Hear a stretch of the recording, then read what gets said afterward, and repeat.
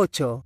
Las guerras de la pirámide. En el año 363, Su Majestad Ra, el Santo, el Halcón del Horizonte, el inmortal que vive para siempre, estaba en el país de Ken.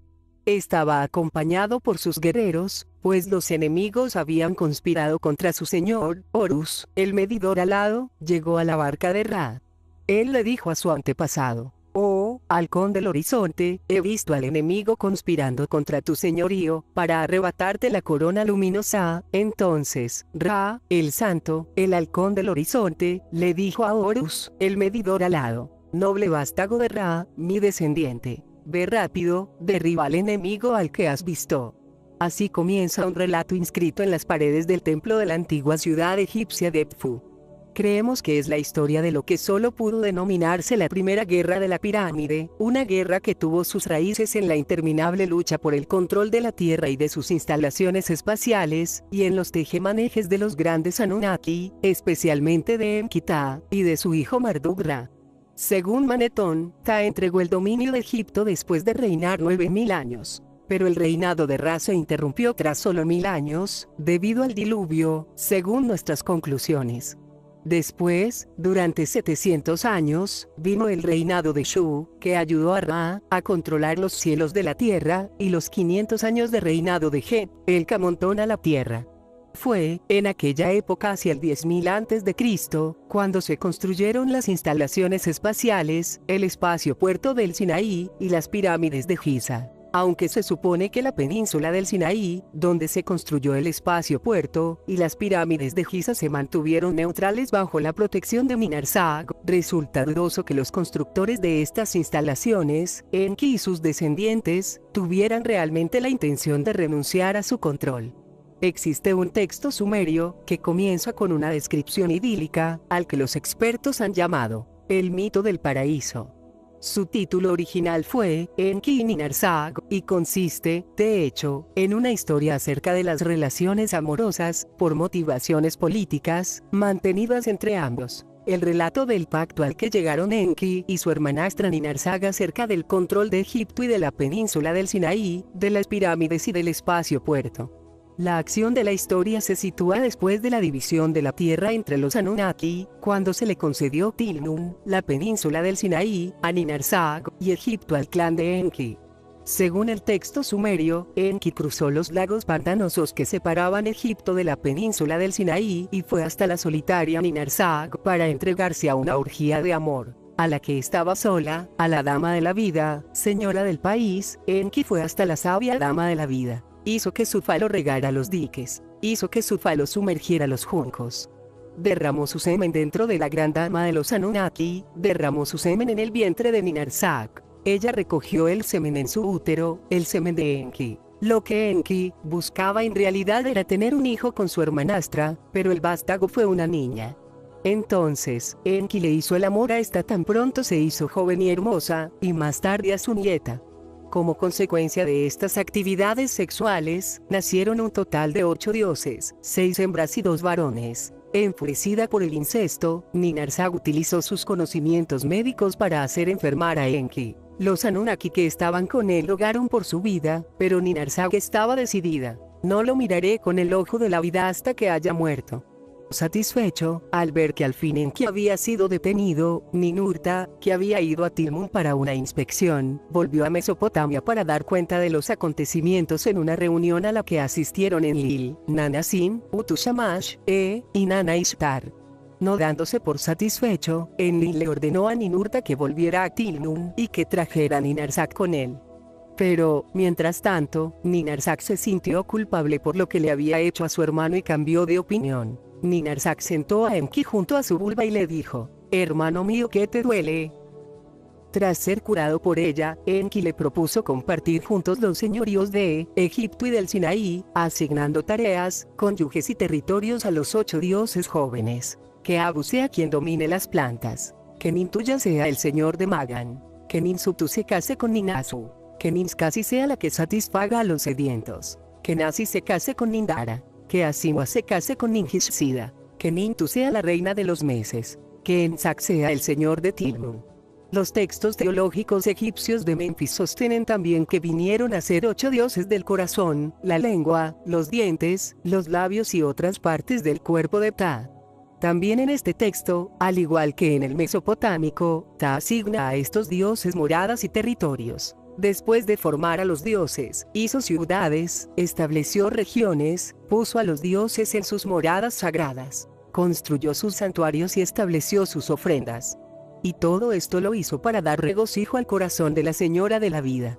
Si, como parece, estos relatos tuvieran una base real, las rivalidades que se engendraran con tan confusos parentescos no podrían más que agravarse con los tejemanejes sexuales que se le atribuyen también a Ra. El más significativo de estos fue el que aseguraba que Osiris era realmente hijo de Ra-Inuejet. El más importante de ellos fue la afirmación de que Osiris era verdaderamente el hijo de Ra-Inuejet, concebido cuando Ra había llegado a escondidas hasta su propia nieta.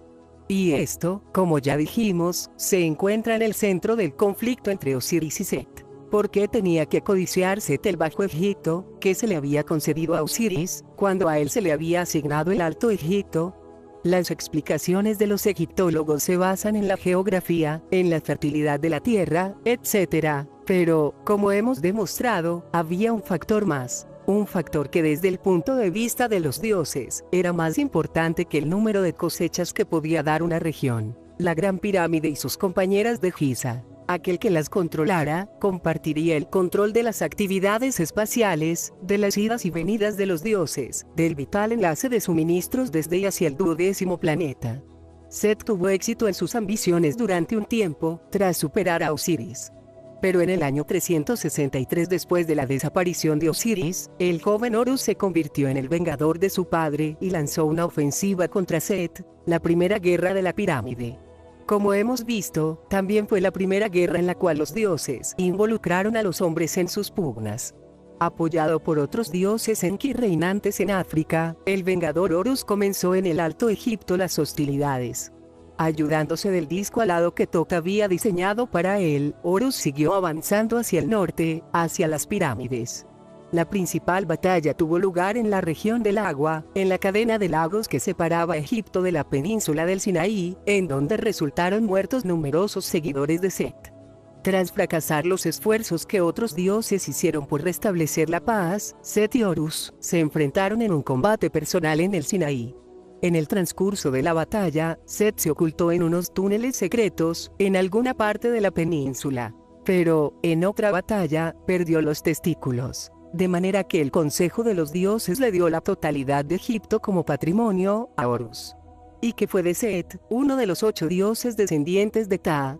Fue desterrado de Egipto y estableció su morada en tierras asiáticas, al este, en un lugar que le permitía hablar claro desde el cielo. Sería él, el dios al que llaman Ensag, en el relato sumerio de Enki, y Ninarsag, aquel al cual los amantes asignaron Tilnun, la península del Sinaí. Si así fuera, entonces sería Set, el dios egipcio, Kamita, que extendió sus dominios a la tierra de Sem, que más tarde se conocería como Canaán. Los relatos bíblicos se podrían comprender, así pues, a partir del resultado de la primera guerra de la pirámide. Y también en esto habría que encontrar las causas de la segunda guerra de la pirámide. Después del diluvio, además del espacio puerto y de las instalaciones de orientación y guía, también se hizo necesario reubicar un nuevo centro de control de misiones, similar al que había existido en Nippur. Hemos demostrado, en Escalera al Cielo, que la necesidad de la distancia desde este centro al resto de instalaciones espaciales obligó a ubicarlo sobre el monte Moría, el monte de la dirección, el centro de la futura ciudad de Jerusalén. Este lugar, tanto en los textos mesopotámicos como en los bíblicos, se encontraba ubicado en las tierras de Sem, un dominio de los elilitas.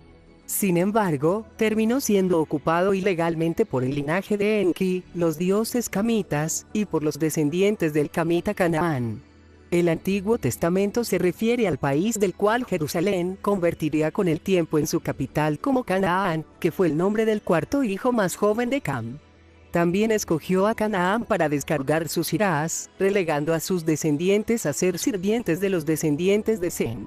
La excusa muy pobre para este tratamiento era que Cam, y no su hijo Canaán, había visto accidentalmente los genitales de Noé su padre. De ahí viene por lo tanto que el Señor había puesto una maldición sobre Canaán. Maldito sea Canaán. Sirviente de sirvientes será entre sus hermanos, bendito sea Yahvé, el Dios de Sem. Que Canaán sea sirviente de ellos.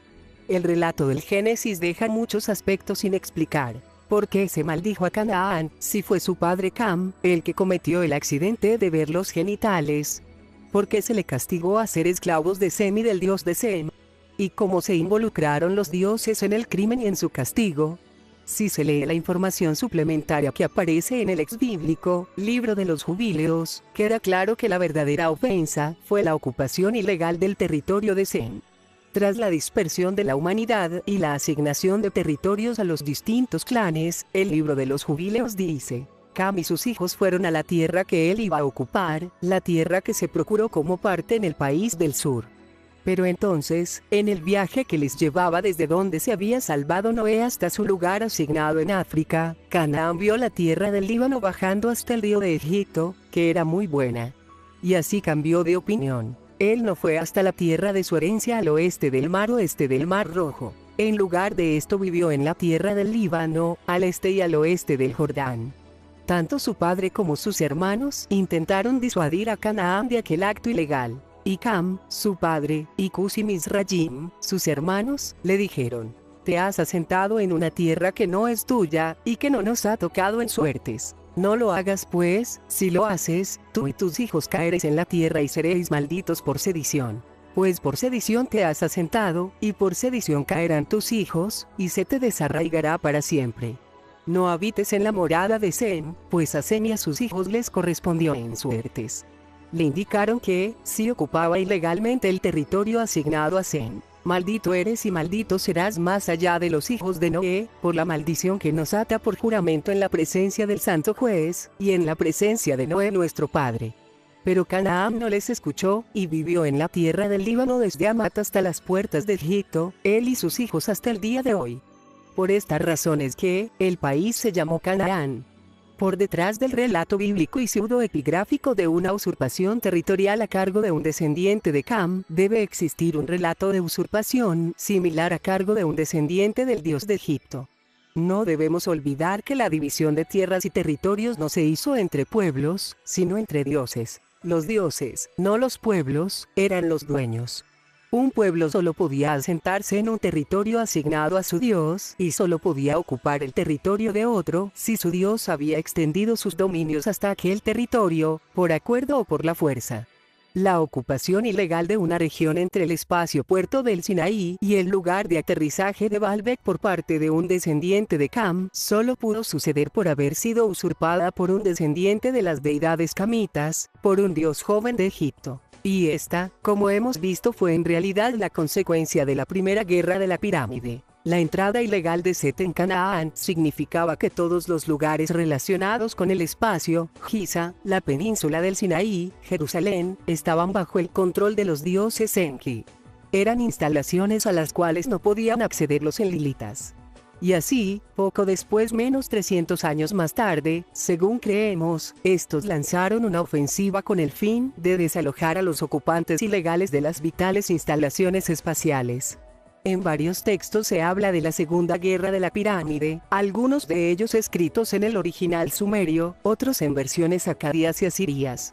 Los expertos se refieren a estos textos con el nombre de los mitos de Kur, mitos de las tierras montañosas, y son en realidad interpretaciones poéticas de las crónicas de la guerra por el control de las montañas relacionadas con las misiones espaciales, los cuales eran, el Monte Moría, el Arzag, Monte Santa Catalina, en el Sinaí, y el Monte Artificial, el Ekur, la Gran Pirámide, en Egipto. En estos textos queda claro que las fuerzas enlilitas fueron lideradas por Ninurta, el principal guerrero de Enlil, y que los primeros encuentros tuvieron lugar en la península del Sinaí. Los dioses camitas fueron batidos, pero se retiraron para continuar la guerra desde las tierras montañosas de África.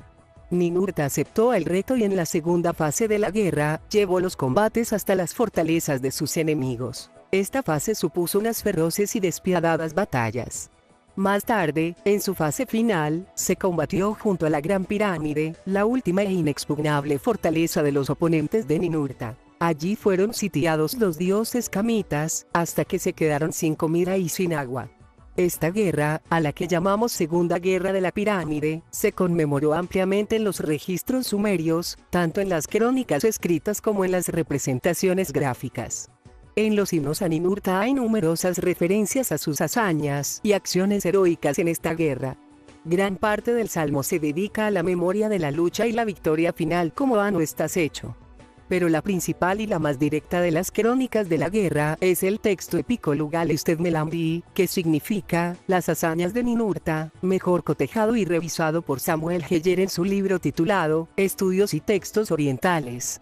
Como todos los textos mesopotámicos, se titula así por el versículo con el que comienza: Rey, la gloria de tu día es señorial. Ninurta, el primero, poseedor de los poderes divinos, que en mitad de las tierras montañosas se adelantó.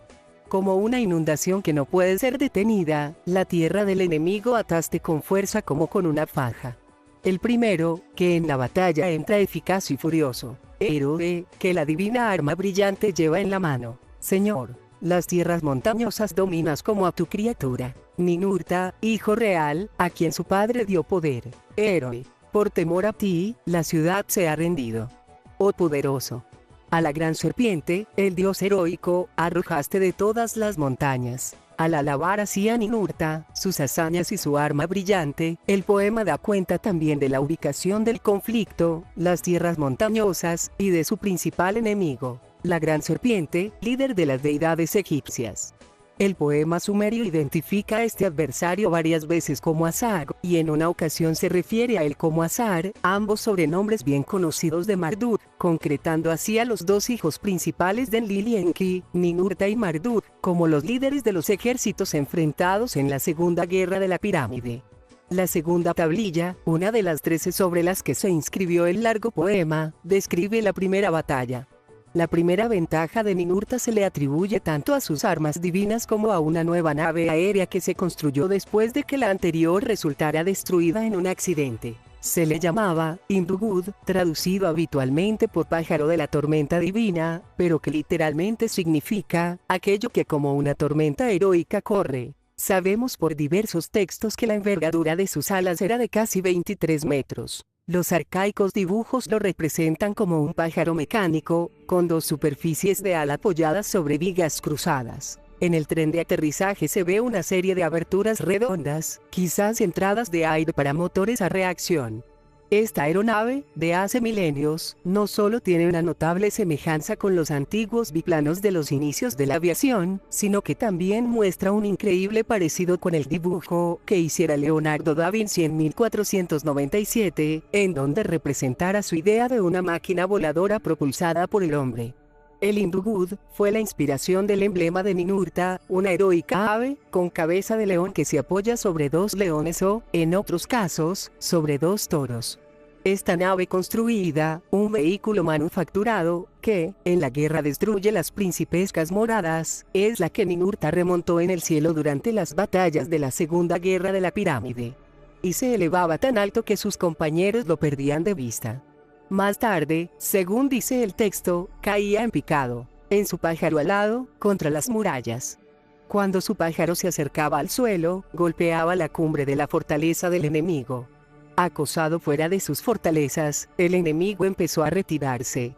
Mientras Ninurta mantenía el ataque frontal, Hadad recorría el campo por detrás de las líneas enemigas, destruyendo los suministros de alimentos del adversario. En el lapso, Hadad hizo que los peces se fueran, el ganado dispersó. Y cuando el enemigo se replegó a las montañas, los dos dioses como una avalancha de agua asolaron las montañas. A medida que la guerra crecía en su escalada a lo largo del tiempo, los dos destacados dioses llamaron a otros para que se les unieran. «Mi señor, ¿por qué no vas a la batalla que se está extendiendo?», le preguntaron a un dios cuyo nombre se ha perdido en el dañado versículo. También se le hizo esta pregunta a Ishtar, pues a esta se la menciona por su nombre. En el choque de las armas, en las hazañas de heroísmo, el brazo de Ishtar no vaciló. Avanza sin demora. Pisa firmemente sobre la tierra. En las montañas te esperamos. La diosa llevó el arma que brilla señorialmente, un cuerno para dirigirla se hizo. Cuando la usó contra el enemigo en una hazaña, que hasta días distantes era recordada, los cielos se volvieron del color de lana rojiza. El rayo explosivo despedazó al enemigo, con la mano aplastó su corazón. La siguiente sección del relato, de las tablillas 5 a 8, está demasiado dañada para poderse leer. Los trozos de los versículos sugieren que, tras la intensificación del ataque propiciada por la ayuda de Ishtar, se elevó gran llanto y lamento en la tierra del enemigo. El temor a la brillantez de Ninurta se difundió por el país y sus habitantes tuvieron que utilizar otras cosas en lugar de trigo y cebada para moler y hacer harina. Ante esta ofensiva, las fuerzas enemigas siguieron retirándose hacia el sur. Fue, entonces cuando la guerra se tornó más feroz y despiadada, cuando Ninurta dirigió a los dioses enlilitas en un ataque sobre el corazón de los dominios africanos de Nergal y sobre su ciudad-templo, Meslan. Quemaron la tierra e hicieron que los ríos se tiñeran de rojo con la sangre de espectadores inocentes hombres, mujeres y niños de Lapsu. Los versículos que describen esta parte de la guerra están deteriorados en las tablillas del texto principal. Sin embargo, se pueden conocer los detalles gracias a otras tablillas fragmentadas que tratan de cuando Ninurta asoló el país, una hazaña que hizo que ganara el título de conquistador de Meslan. En estas batallas, los atacantes recurrieron a la guerra química. Se nos dice que Ninurta creó una lluvia de proyectiles venenosos sobre la ciudad que él los catapultó al interior. El veneno, por sí mismo, destruyó la ciudad. Los que sobrevivieron al ataque, en la ciudad escaparon a las montañas cercanas. Pero Ninurta con el arma que hiere arrojó fuego sobre las montañas. El arma de los dioses cuyo diente es amargo, aplastó a la gente. También aquí se intuye algún tipo de guerra química. El arma que despedaza robó los sentidos. El diente los desolló. Recorrió el país despedazando. Llenó los canales de sangre, en la tierra del enemigo, para que los perros lamieran como leche. Abrumado por la inmisericordia cometida, Asak pidió a sus seguidores que no ofrecieran resistencia. El enemigo llamó a su mujer y a su hijo. Contra el señor Ninurta no levantó su brazo. Las armas de Kur se cubrieron de tierra, es decir, se ocultaron. Asak hizo que no las levantaran. Ninurta tomó la falta de resistencia como signo de victoria. En un texto del que informa Friedrich Rosny, en su libro Mitos del dios de Osman, se cuenta que Ninurta, tras matar a sus oponentes y tomar la tierra de Arsag, Sinaí, fue como un pájaro a atacar a los dioses, que se retiraban detrás de las murallas en Kur, y los derrotó en las montañas. Después, estalló en un canto de victoria. Mi aterradora brillantez es poderosa como la de Anu. ¿Quién puede levantarse contra ella? Soy el señor de las altas montañas, de las montañas que hasta el horizonte elevan sus picos. En las montañas, soy el dueño, pero el canto de victoria fue prematuro. Mediante su táctica de no resistencia, Asak había escapado a la derrota. La capital sí que había sido destruida, pero no los líderes del enemigo. Sobriamente, el texto del lugar lee las hazañas de Ninurta observa. Ninurta no había aniquilado al escorpión de Kur. Lo que hicieron los dioses del enemigo fue retirarse a la gran pirámide, donde el sabio artesano, Enki y Tot, había levantado una muralla protectora que la brillantez no podía derribar, un escudo a través del cual no podían penetrar los rayos mortíferos. Los detalles de la fase final de esta dramática segunda guerra de la pirámide se ven acrecentados por los textos del otro bando. Del mismo modo que los seguidores de Ninurta le compusieron himnos a él, lo mismo hicieron los seguidores de Nergal con este. Algunos de los de este último, que también fueron descubiertos por los arqueólogos, se reunieron en el libro de Joseph Boyenrucher, titulado Oraciones e himnos a Nergal.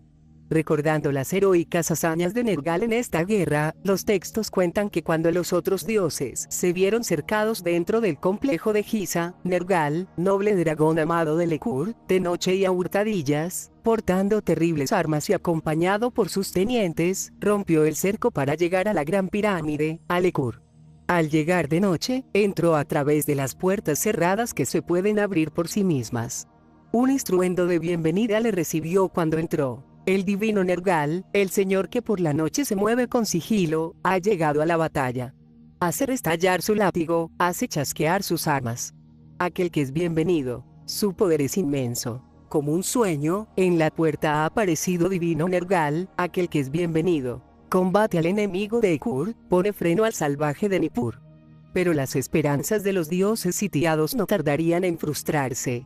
Conocemos más detalles de las últimas fases de esta guerra a través de otro texto más, recompuesto originalmente por George A. Barton, en su libro, Varios textos babilónicos, a partir de fragmentos de un cilindro de arcilla inscrito que se encontró en las ruinas del templo de Enlil en Nippur. Cuando Nergal se unió a los defensores de la Gran Pirámide, la casa formidable que se eleva como un montón, fortaleció sus defensas con diversos cristales emisores de rayos, piedras minerales, situados en el interior de la pirámide. La piedra agua, la piedra vértice, el señor Nergal aumentó su fuerza. La puerta de protección al cielo su ojo elevó, excavó profundo lo que da vida, en la casa les dio de comer. Potenciadas así las defensas de la pirámide, Ninurta recurrió a otra táctica. Pidió a Utushamash que cortara el suministro de agua de la pirámide manipulando la corriente acuática que discurre cerca de sus cimientos. Aquí, el texto está demasiado mutilado como para permitirnos conocer los detalles, pero parece ser que la táctica consiguió su objetivo. Acorralados en su última fortaleza, sin comida ni agua, los dioses sitiados hicieron cuanto pudieron para protegerse de sus atacantes. Hasta entonces, a pesar de la ferocidad de las batallas, ningún dios importante había caído en los combates. Pero ahora, uno de los dioses jóvenes, creemos que Horus, al intentar salir a escondidas de la Gran Pirámide disfrazado de carnero, fue alcanzado por el arma brillante de Ninurta y perdió la visión de sus ojos. Un dios de antaño suplicó entonces a Ninarsag, ella era muy apreciada por sus milagros médicos, para que salvara la vida del joven dios. Cuando llegó la asesina brillantez, la plataforma de la casa resistió al señor. A Ninarsag se invocó. El arma, mi descendiente con la muerte está maldito. Otros textos sumerios dicen de este joven dios, descendiente que no conoce a su padre, un sobrenombre que le encajaría a Horus, que nació después de la muerte de su padre. En la leyenda del carnero, perteneciente a la tradición popular egipcia, se nos dice que Horus resultó herido en los ojos cuando un dios sopló fuego sobre él. Entonces, respondiendo a la invocación, Ninarsag decidió intervenir para detener el combate. La novena tablilla del Lugale, las hazañas de Ninurta, comienza con las palabras de Ninarsag al comandante Enlilita, su propio hijo Ninurta, el hijo de Enlil, el legítimo heredero que nació de la esposa hermana. En unos versículos acusadores, la diosa le anuncia su decisión de cruzar las líneas de combate y dar fin a las hostilidades. A la casa donde la cuerda de medición comienza, donde Azar elevó sus ojos a Anu, iré. La cuerda cortaré, por el bien de los dioses guerreros. Su destino era la casa donde la cuerda de medición comienza, la Gran Pirámide. En un principio, Ninurta se quedó estupefacto con su decisión de entrar sola en la tierra del enemigo. Pero, cuando se sobrepuso, le proporcionó ropas que le hicieran no tener miedo de la radiación dejada por los rayos. Cuando la diosa se aproximó a la pirámide, se dirigió a Enki. Ella le grita, ella le suplica.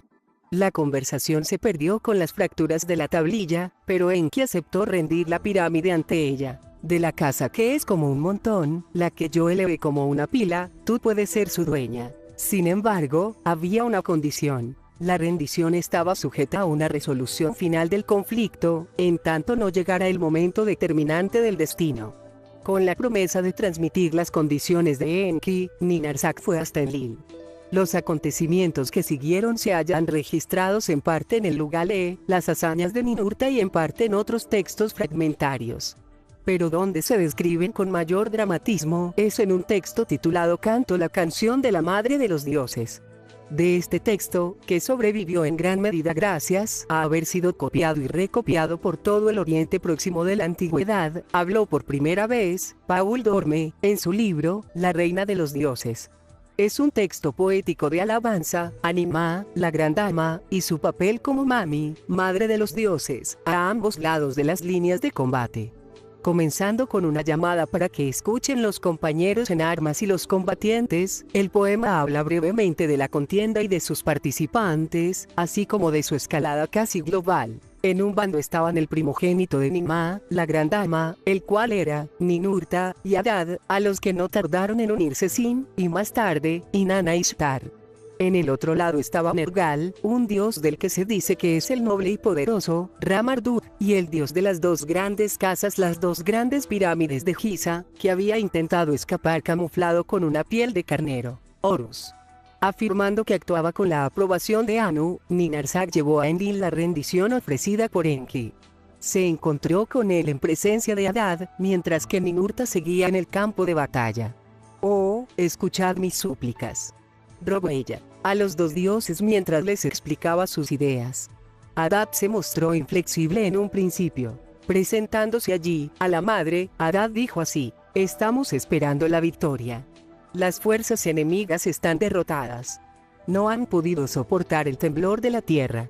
Si la diosa quiere que cesen las hostilidades», dijo Adad, «que discuta sobre la base de que los enlilitas están a punto de vencer. Levántate y ve, habla con el enemigo. Que asista a las discusiones para evitar el ataque». Enlil, con un lenguaje menos contundente, apoyó la sugerencia. Enlil abrió la boca. En la asamblea de los dioses dijo: «En vista de que Anu ha reunido a los dioses en la montaña, para detener la guerra y traer la paz, y ha enviado a la madre de los dioses para que me suplique, que la madre de los dioses actúe de emisaría». Y volviéndose a su hermana, dijo en tono conciliador: «Ve, aplaca a mi hermano. Démosle una oportunidad para la vida, que salga de detrás de su atrancada puerta». Haciendo como se le había sugerido, Ninarsag fue a buscar a su hermano, puso sus súplicas ante el dios. Le dijo que su vida y la de sus hijos estaban aseguradas. Por las estrellas ella le dio una señal. Ante las dudas de Enki, ella le dijo tiernamente: «Ven, deja que te saque». Y cuando salió, le dio su mano a ella, la diosa le llevó a él, y a los demás defensores de la gran pirámide hasta Larsag, su morada. Ninurta y sus guerreros observaron la partida de los enquitas. Y la enorme, e inexpugnable, estructura quedó vacía, en silencio. En la actualidad, los que visitan la gran pirámide encuentran sus cámaras y sus pasadizos desnudos y vacíos. Su compleja estructura interna parece no tener ningún propósito. Los huecos en los muros y sus rincones escondidos parecen absurdos. Y así ha sido desde que los primeros hombres entraron en la pirámide. Pero no fue así cuando Ninurta entró en ella, hacia el 8670 a.C., según nuestros cálculos. Ninurta entró, dicen los textos sumerios, en el lugar radiante rendido por sus defensores. Y lo que hizo después de entrar no solo cambió la gran pirámide por dentro y por fuera, sino también el curso de los asuntos humanos. Cuando Ninurta entró en la casa, que es como una montaña, debió sorprenderse de lo que encontró dentro. Concebida por Enkidu, planificada por Ra-Marduk, construida por Geb, equipada por Tot y defendida por Nergal. ¿Qué misterios de tecnología espacial albergaría? ¿Qué secretos de inexpugnable defensa guardaría? En la lisa y aparentemente sólida cara norte de la pirámide, una piedra giratoria se abrió para mostrar la entrada, protegida por los inmensos bloques de piedra diagonales, tal como lo describía el texto laudatorio a Ninarsag. Un pasadizo descendente recto llevaba a unas cámaras de servicio inferiores en donde Ninurta pudo ver un pozo que habían excavado los defensores buscando agua. Pero su interés se centró en los pasadizos y cámaras superiores. Allí estaban dispuestas las piedras mágicas, minerales y cristales, unos terrestres, otros celestiales, algunos de un aspecto que él nunca había visto. De ellos se emitía una pulsación radiante, para guiar a los astronautas y también las radiaciones que defendían la estructura. Acompañado por el maestro jefe en minerales, Ninurta inspeccionó la disposición de piedras e instrumentos. Se detuvo delante de cada uno de ellos y determinó su destino: ser destruido, llevárselo para ser expuesto o instalarlo como instrumento en cualquier otra parte. Tenemos constancia de estos destinos, y de la orden por la cual Ninurta fue detenido por las piedras, gracias a texto detallado en las tablillas del 10 al 13 del poema épico Lugale, Las hazañas de Ninurta. Siguiendo este texto, e interpretándolo correctamente, es como se puede comprender por fin el misterio de la finalidad y la función de los muchos rasgos de la estructura interna de la pirámide. Tras recorrer el pasadizo ascendente, Ninurta llegó al punto en el que la imponente gran galería se encuentra con el pasadizo horizontal. Ninurta en primer lugar siguió este pasadizo, llegando a una gran cámara de techo con arco. Llamada la vulva en el poema de Ninhursag, el eje de esta cámara se encuentra exactamente en el centro de la línea este-oeste de la pirámide. Su emisión, una efusión que es como un león que nadie se atreve a atacar, provenía de una piedra encajada en un hueco en el muro que se había tallado en el muro oriental. Era la piedra Sham, destino. Era el corazón pulsante de la pirámide, y emitía una radiación roja que Ninurta vio en la oscuridad. Pero a Ninurta le pareció aberrante, pues durante la batalla, cuando él se elevaba, el gran poder de esta piedra se utilizó para agarrarme y matarme, siguiendo un rastro que mata al capturarme. Ordenó que se retire, que se ponga aparte, y que se destruya por completo. Tras volver al punto de encuentro con la gran galería, Ninurta le echó un vistazo a esta. Pero con lo ingeniosa y compleja que resultaba toda la pirámide, esta galería era sobrecogedora por lo inusual de su visión. Comparada con los pasadizos, bajos y estrechos, la gran galería se elevaba en lo alto, más de 8,5 metros, en 7 niveles superpuestos que iban aproximando cada vez más las paredes. El techo también se había construido con secciones inclinadas, con un ángulo tal que no ejerciera presión sobre el segmento inferior de las imponentes paredes. Mientras que en los estrechos pasadizos solo brillaba una suave luz verde, la gran galería resplandecía con luces multicolores, la bóveda es como un arco iris, la oscuridad termina allí. Los brillos multicolores los emitían 27 pares de diversas piedras de cristal, dispuestas de modo uniforme a lo largo de ambos lados de la galería.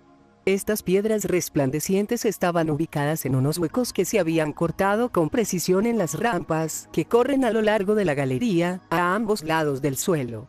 Firmemente sujetas en su lugar, gracias a un elaborado hueco en la pared, cada piedra de cristal emitía una radiación diferente, dándole al lugar su irisado efecto. De momento, Ninurta pasó entre ellas en su camino ascendente. Para él, tenía prioridad la gran cámara superior y su piedra pulsante. Al fondo de la gran galería, Ninurta llegó a un gran escalón que a través de un pasadizo bajo, llevaba a una antecámara de singular diseño. Los 3 rastrillos, el cerrojo, la barra y el pasador del poema sumerio, encajados a la perfección en los surcos de las paredes y el suelo, sellaban herméticamente la gran cámara superior. Al enemigo no se abre, solo a los que viven, a ellos se abre. Pero ahora, tirando de unas cuerdas, los rastrillos se elevaron, y Ninurta entró. Se encontraba ahora en la cámara más prohibida, sagrada, de la pirámide, desde la cual se extendía la red radar, orientadora para inspeccionar cielo y tierra. El delicado mecanismo estaba alojado en un arca de piedra tallada, situado precisamente en el eje norte-sur de la pirámide, respondía a las vibraciones con una resonancia como de campana.